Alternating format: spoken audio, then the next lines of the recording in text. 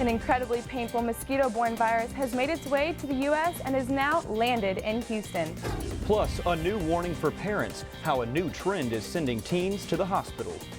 And why a community is concerned about a new bar moving to the area. Local 2 News starts now. Live from KPRC, this is Local 2 News.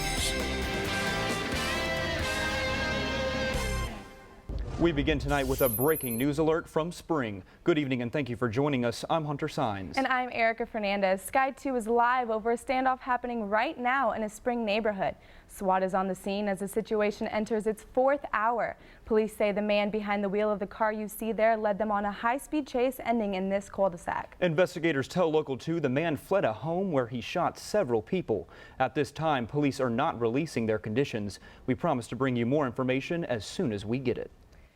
Now to a health alert. Officials now confirm the first case of chikungunya in Montgomery County. Local 2's health expert Benjamin Smart is live to explain what you can do to keep your family safe. The chikungunya virus is continuing to spread. It's transmitted through mosquito bites, but this time it's posing an even greater threat to people in the U.S. Chikungunya isn't the name of new local cuisine. It's a virus spread by mosquitoes who bite humans. What are the symptoms of chikungunya virus? So typically there's a very abrupt onset of severe pain in the joints and often a severe headache and a very high fever. But the pain and the swelling in the joints may persist for months or even years. Before, the virus was only found in Africa, Asia, and Europe. But in late 2013, infected mosquitoes and people began appearing in the Caribbean. And now, chikungunya has come to the United States. Felt terrible, because you have the fever, you have this pain in your foot, and nobody can tell you what it is. This man, who didn't want to show his face, was struck by chikungunya after volunteering in Haiti. Before, everyone in the U.S. with the virus contracted it while traveling abroad.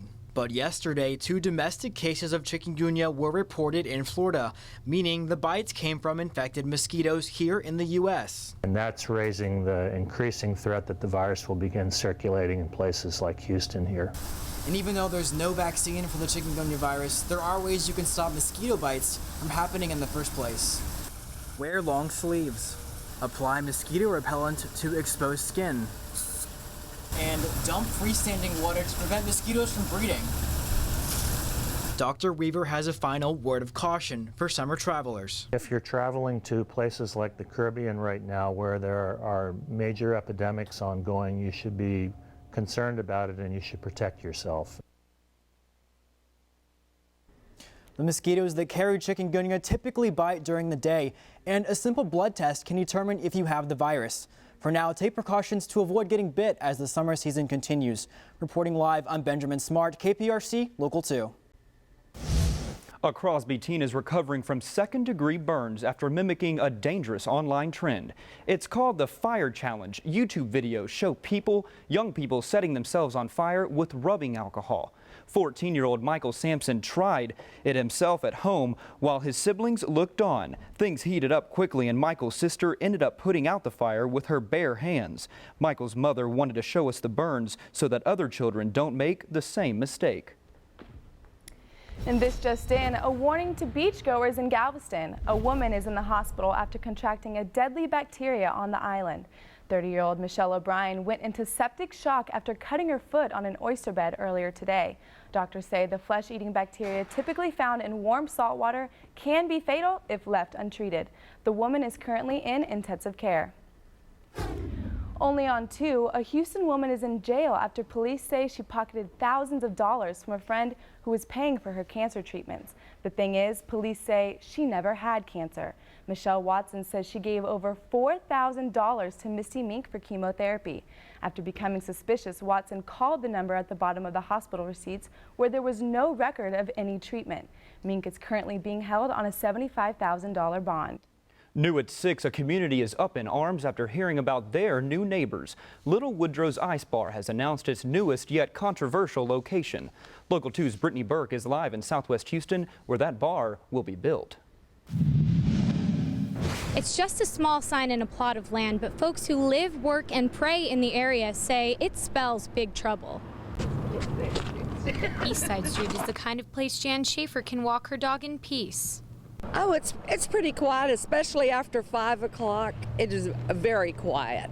But that could soon change. I hope we don't get a bar on the street. Little Woodrow's wants to open its 7th location right here. 2 weeks ago, they posted this sign announcing their intent to apply for a permit from the Texas Alcoholic Beverage Commission and putting neighbors on notice. The plans include a 5,000 square foot building with a 2,000 square foot outdoor patio. Homeowners at next door Bammel Townhomes say, we're not opposed to progress. We know that Houston is a growing, vibrant city, and we just didn't want a bar outside of our bedroom. State law prohibits alcohol sales within 300 feet of a church. The new Little Woodrow's is more than 500 feet away, but still too close for folks who attend the Islamic Society of Houston Mosque. And at Dress for Success of Houston, they fear that more crowds could mean more crime. Just for our street and the location, for the safety and security of the women we serve, we're an all-female staff, and then as well our female volunteers. They've all filed a protest with the TABC to stop the bar, but Little Woodrow's owner Danny Evans says he just wants to be a good neighbor and feels the bar would enhance the area, saying it would attract an upscale clientele and be a positive place with great curb appeal and a nice part of the community. A community Jan Schaefer says doesn't need any enhancements. I want to keep it the way it is. TABC says they will not investigate neighbors' protests until they receive the application from Little Woodrow's. In Southwest Houston, I'm Brittany Burke, KPRC, Local 2. Well, if you plan on grabbing a bite to eat at McDonald's tomorrow, you might want to rethink that decision. Several workers from the well-known franchise will be on strike across Houston. They're joining a national movement among all fast food chains, asking for a pay raise. They want minimum wage at their job to rise from $7.25 an hour to $15 an hour. This comes just months after President Obama called for Congress to legally raise the minimum wage nationwide. We have an update on the breaking news we brought to you at the top of the broadcast. The standoff with the man in Spring has just ended and has been taken into custody. Investigators have confirmed the man is behind the deaths of 6 family members, including 4 children. The sole survivor was able to tell first responders what vehicle the suspect was in and that he was headed to another relative's house. We have a crew on the way to the scene, and we'll have more on the story tonight at 10. In the meantime, you can stay updated on this breaking news at click2houston.com. Overnight floods didn't just affect those on the streets. Coming up, how rising water in a parking garage left residents stranded. Texans, we're back at it today. We'll take you inside training camp and check up on Romeo Cornell and the defense next on Sports. And rain chances are in your forecast. How much and when? Straight ahead. Plus, Tropical Storm Bertha, the latest computer models on that, I'll tell you straight ahead. And as the Ebola outbreak grows, a major U.S. city prepares for the arrival of an infected patient. Next on Local 2 News at 6.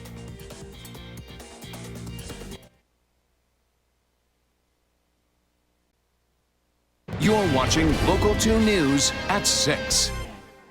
Chilling new video posted on social media shows the warning from an American suicide bomber. His message, you are not safe. The State Department believes Moner Mohammad Abu Salah is responsible for the bombing of a restaurant in Syria earlier this year. He died in that attack, but videos of him keep popping up on the web. This video shows Abu Salah ripping pages from his passport and making terroristic threats to the United States. You think you're safe where you are in America or Britain or Indonesia or all these places.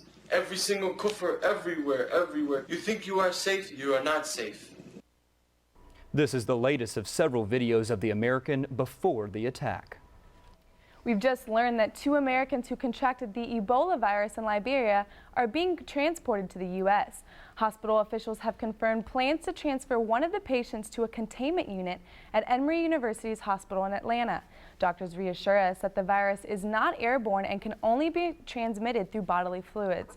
Fortunately, Ebola doesn't present a serious risk to the general public here in the U.S. As of Friday afternoon, the patients remain in serious condition. Well, it looks like some Houstonians are having a busy day calling their insurance companies after waking up to an unpleasant surprise.